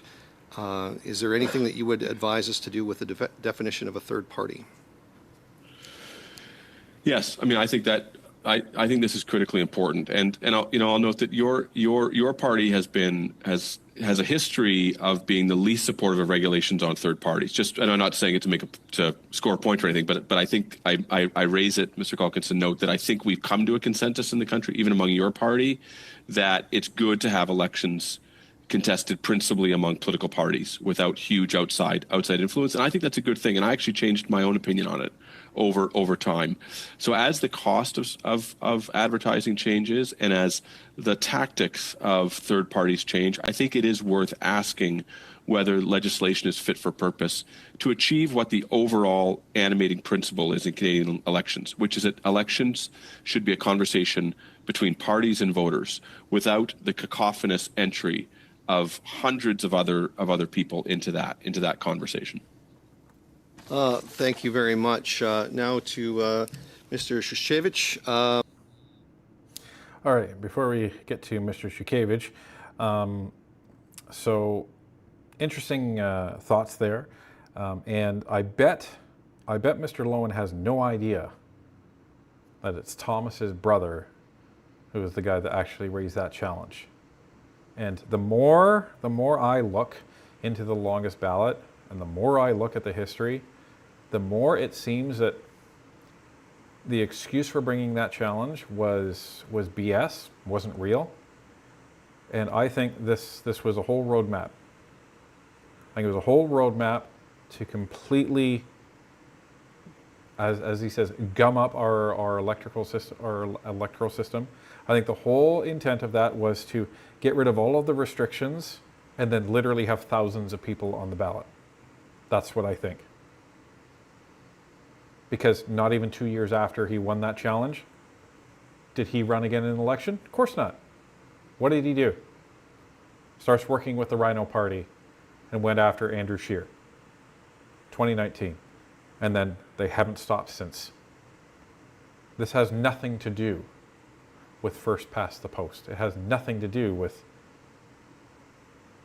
this business of, oh, well, we want to remove the conflict of interest from MPs. Okay, well then what is it? Is it first past the post, or is it that? Or is it both? Because you haven't been consistent on this. So, anyway, a massive $200 super chat from Andrew Christie. Thank you so much, Andrew. The longest ballot committee and this clown Thomas are like those ads you see online. They look good on the surface, but in reality are a nasty computer virus that will wipe out your system. Thomas says it's for democracy, when in reality it's for communism. Hope that analogy made sense. Yes, yes, it did make sense. Thank you very, very much, Andrew. Very, very much. Love the support. The chief elections officer, Mr. Perot, told the committee that people should face penalties for signing multiple nomination papers. Would you agree with that statement? Yeah, I believe that was one of his suggestions. I don't really see a reason for that. I don't really see the logic in it. Personally, I prefer it when there's more than one candidate on the ballot. So I should be able, as a voter, to nominate more than one candidate. What a stupid answer.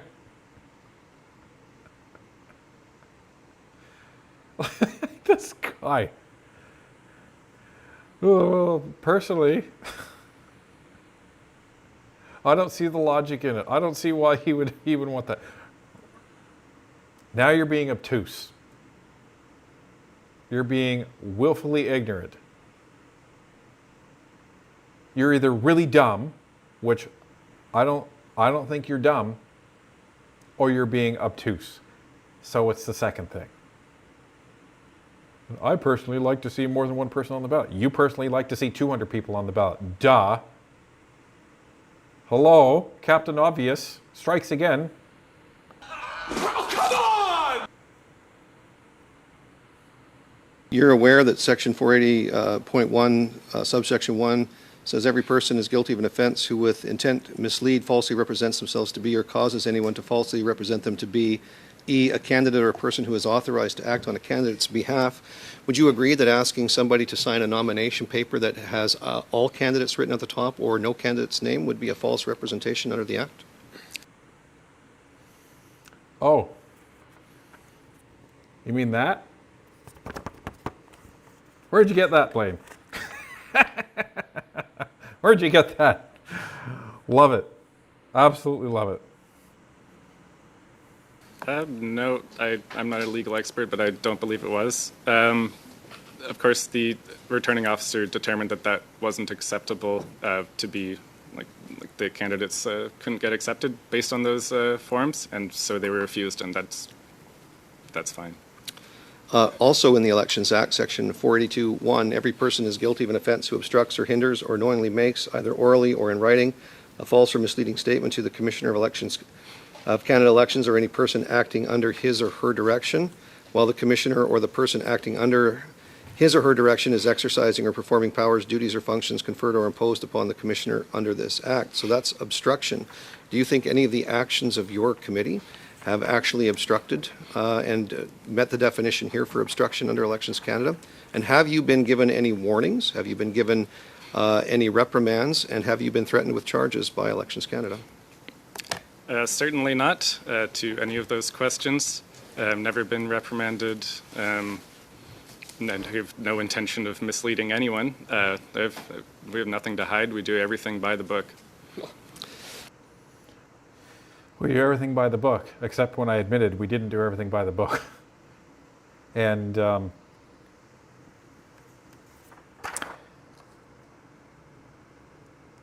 this is the interesting thing, is that he actually didn't understand. Thomas didn't understand his point about Section 480.1. Every person is guilty of an offense who, with intent to mislead, falsely represents themselves to be, causes anyone to falsely represent themselves to be, E, a candidate or a person who is authorized to act on a candidate's behalf. We have evidence, clear as can be, clear as frickin' can be. It's an email from Thomas. Sorry, it's an email from Kieran to the whistleblower. And it says, we have your signatures. Please ensure that you fill out your stuff and that you make sure to authorize Thomas as your delegate. That's a clear violation of that. Why? Because as a delegate, you cannot go out and get signatures for a candidate if they haven't authorized you to do so. There's only two people that can do that. The candidate can get signatures or the delegate. So if there is no candidate and there is no delegate, because there is no candidate, you can't get signatures for them. Name up there or not, you can't do that. Maybe you should have listened to the question a little bit closer.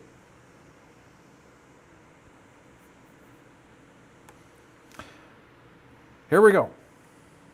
My colleague, Thank you very much, Mr. Calkins. Thank you, Chair. Go now to Madame Brière. 6 minutes, s'il vous plaît. Merci beaucoup, monsieur. Thank you very much, Mr. Chairperson, and thank you to our two witnesses for being with us here today. Professor Lowen, we know that it is difficult to get people to take the leap and go into politics, particularly women. Do you think that the longest ballot committee's tactics in any way make it even tougher for people to take that leap and enter politics? I'm not sure. Because I think the effects are probably small, I suspect that they aren't. That it's not having a huge effect there, though it could be having one. But I think that the notion that elections are kind of something that you play with strikes me as degrading at all. So perhaps that makes it less appealing to both male and female candidates. But I'm not sure that it would have a differential effect on women.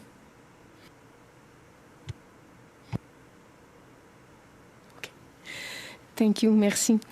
Est-ce que aussi vous croyez... Now, do you believe that it is too easy to get your name on the ballot in any riding whatsoever, in the sense that you only need 100 signatures and get an official agent? We know that the longest ballot committee's actions have led to a lot of chaos in recent elections, including by-elections. So do you think that we need to take a stand against these kinds of actions, or should we just allow the status quo to play out, or should we be thinking about a more in-depth overhaul of our electoral process?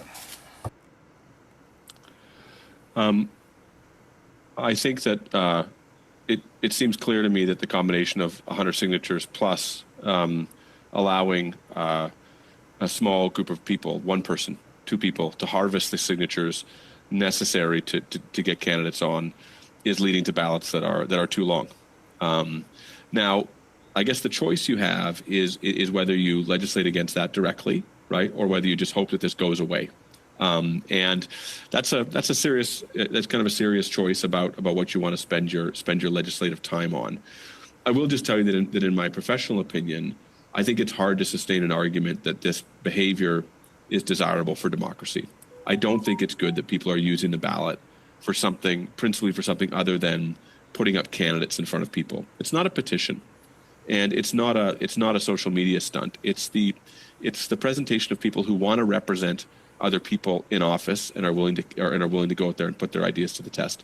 So it just kind of it offends me a little bit. Now, whether or not you should spend time legislating against it or not, that's another question. But I could certainly see why you would. Merci beaucoup. Well, thank you very much. Mr. Zukovic, if I may.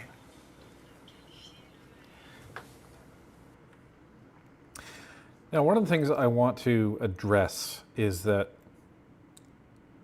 I've heard Lowen say it a couple times, and if we were going to watch the second half committee, which we're not, you hear it said by Turnbull a couple times, Dr. Turnbull, who came to testify, and say that, well, you know, the impact is probably pretty small in this.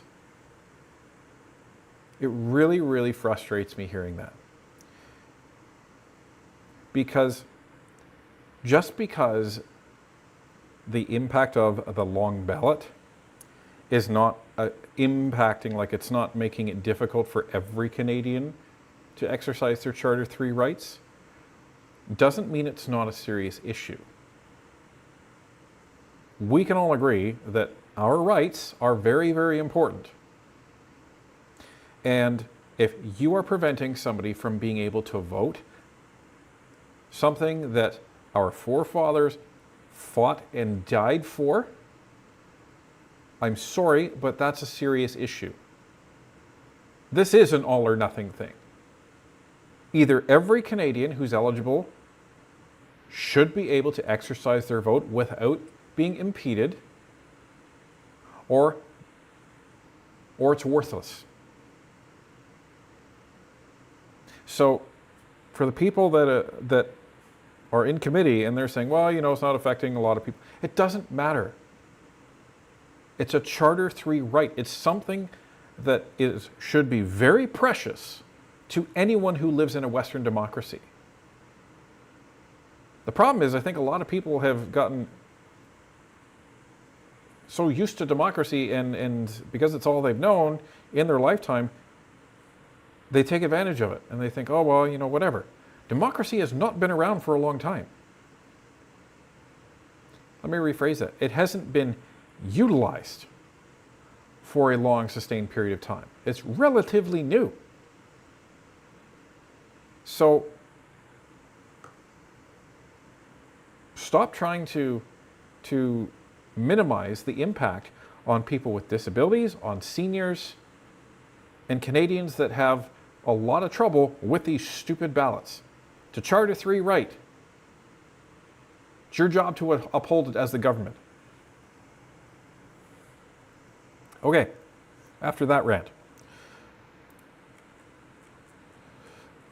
We have Justin Brown for $7. Correct topics if I'm wrong, but did he just not say earlier that he was rejected by Elections Canada, which is true, contempt. Yeah, he contradicted himself there. He said, we've always done everything by the book. Well, you weren't, because you admitted it before, that you initially collected signatures when it said all candidates. So he didn't do everything by the book. BS. Will Kalchuk dropping 20 memberships. Thank you very, very much, Will. Will is true to his word. Thank you very much. Sid Swain for $20. Everything by the red book, everything by the red book, he means, yeah. And Austin Gauthier dropping 10 Northern Perspective memberships. Thank you very, very much for that. Lots of memberships being dropped tonight. Thank you very much. And $50. Thank you very, very much from Carolyn Murray. Many, many thanks. Thank you. And the Jillian Davis for $5. Thomas and his brother sound like textbook anarchists. I wonder if they are involved with Antifa and their cover groups. No evidence of that at this point. The only evidence that we found is very, very strong ties to the Marxist-Leninist Party of Canada. And Austin Gauthier for $10. Let's go, ladies and gentlemen. 100 likes to go. There you go. 3,000 right there. Amazing. Amazing, amazing, amazing. And Will Kalchuk for $5. Don't thank me, thank NP and NP Nation. Without you, we have nothing. It's all of you and NP getting the truth. Thank you, Ryan and Tanya. You are the best. We have the best community on YouTube. Fight me. As Tanya would say. And Rob Robilar for $5. Looking forward to let's take a look at committee. I'm not going to say it because I want to present the same contrast in professionalism that you see here between Professor Lowen and Mr. Shikevich. Can you hear me? You can, good. So your actions have been described as in many different ways, in fact, and you said that you're happy to be here today and to have gotten politicians' attention. Do you really think that what you are doing is achieving your true objectives, or do you think instead that we should sit down around a table and have an in-depth, good faith discussion about what your goals are, i.e. electoral reform at the end of the day? Thank you for the question.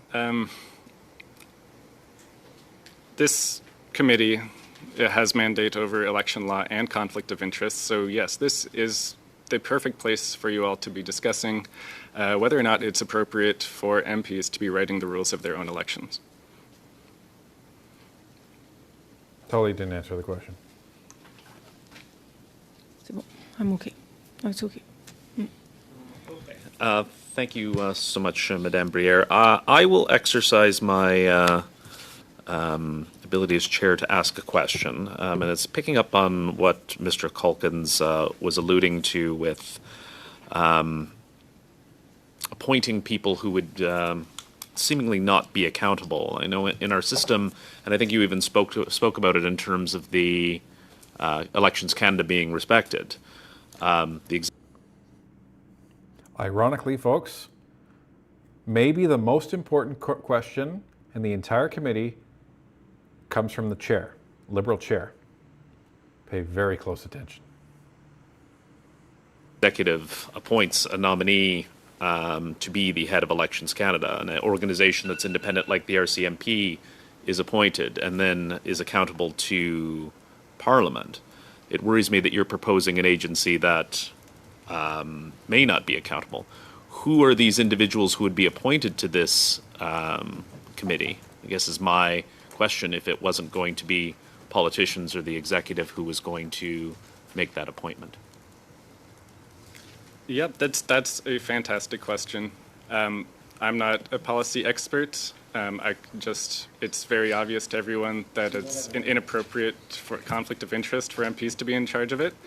So I'm extremely confident that if you had an in-depth discussion about it, you could come up with something very reasonable. So well, I guess I'll leave it as a comment that it's very bizarre to me that you're engaging in this protest without the very basic answer to the first question that would come up in solving what you are seeking to protest. But I appreciate you appearing before the committee. We will suspend for a few minutes to set up for the next panel.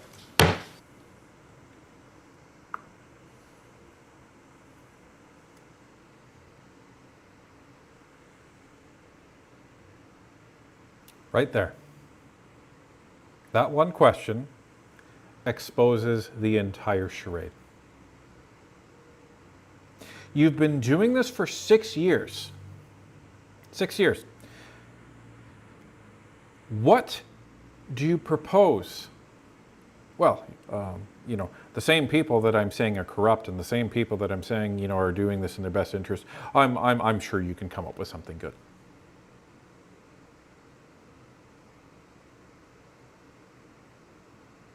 You put 200 people on a ballot because you want to change the way elections are run. And you haven't put any thought into why.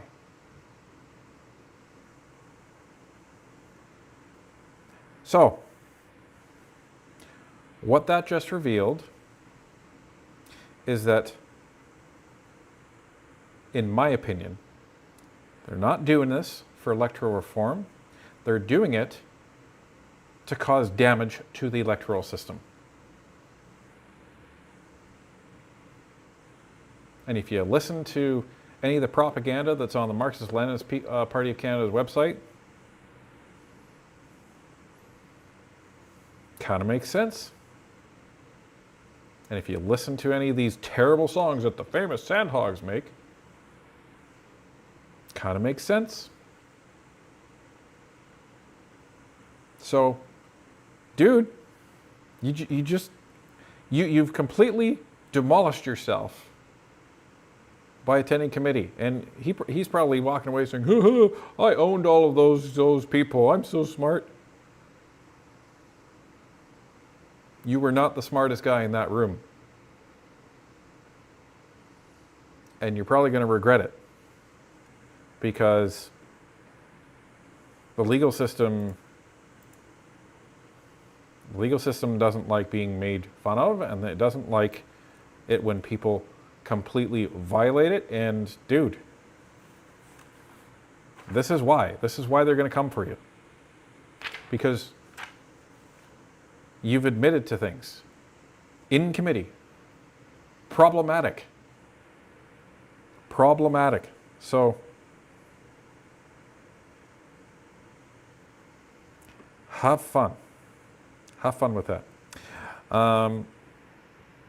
Before we, I have something else, really good news to show everybody that actually came in late. And we have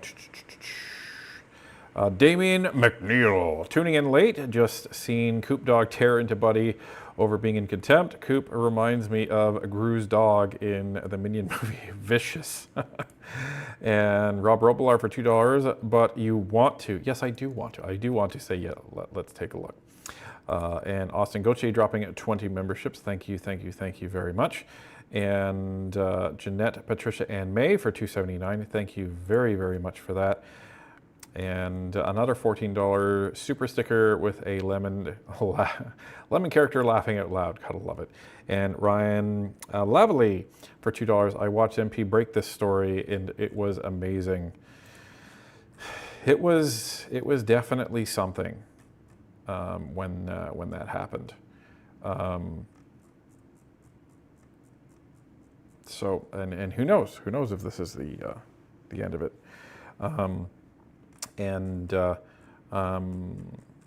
Looks like you dropped another 10 memberships somewhere, Will, that didn't show up for me. So thank you very much for that.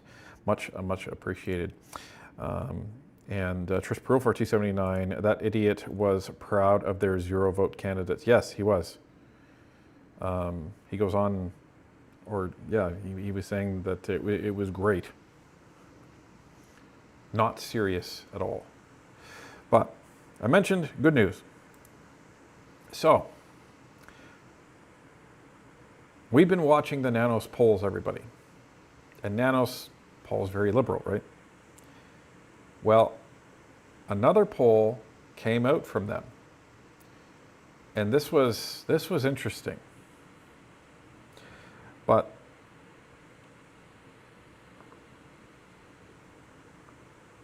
this is what the polls are doing now.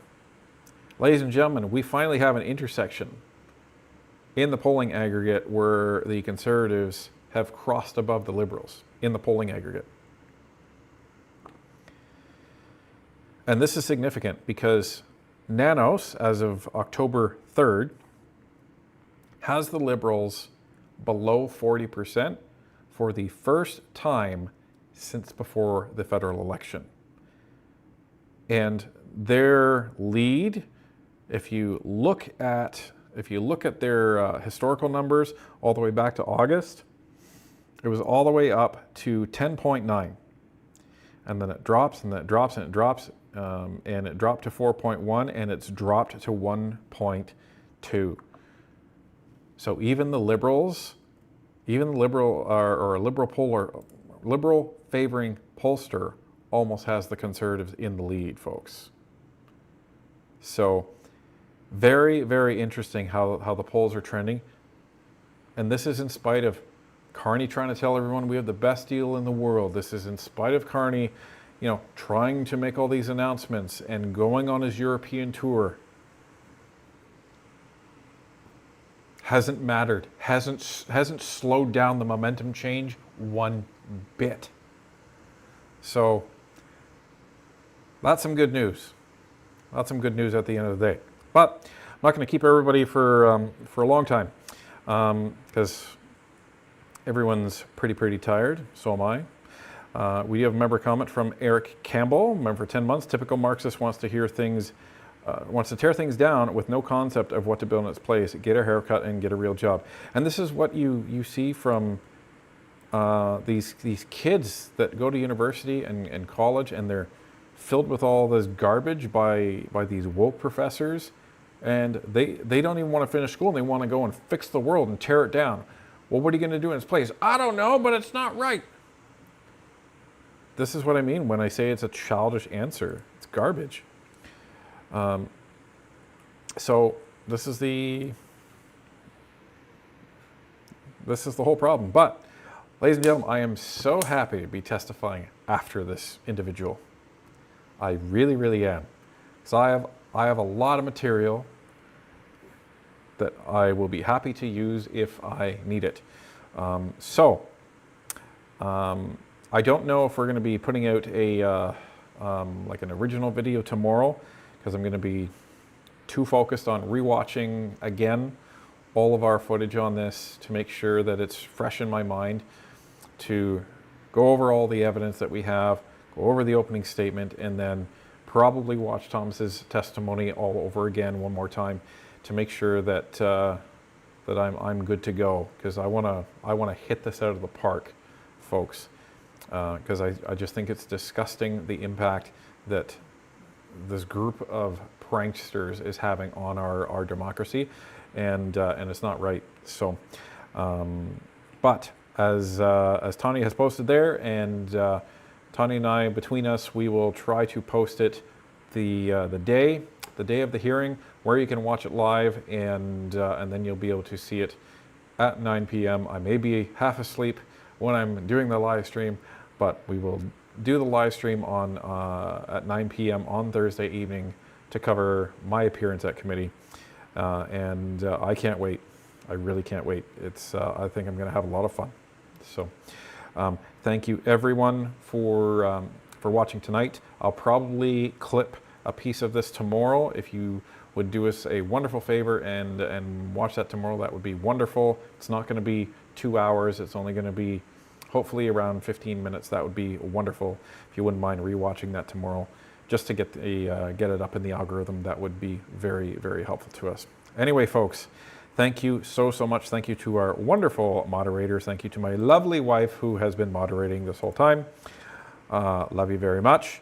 And got a couple more points of order coming in at the end here. Solid Moon for $2. It makes you think Thomas was funded to interfere. Well, that's an interesting thought. Will Kalchuk, member for 22 months. Good luck, Ryan. You got this. Thank you very, very much. Autistic Avenger for $2. Cons are higher because mostly libs get surveyed. I don't know. The polls are shifting. That's all I know. So, but anyway, folks, thank you so much. And it's going to be a busy rest of the week. Almost in committee.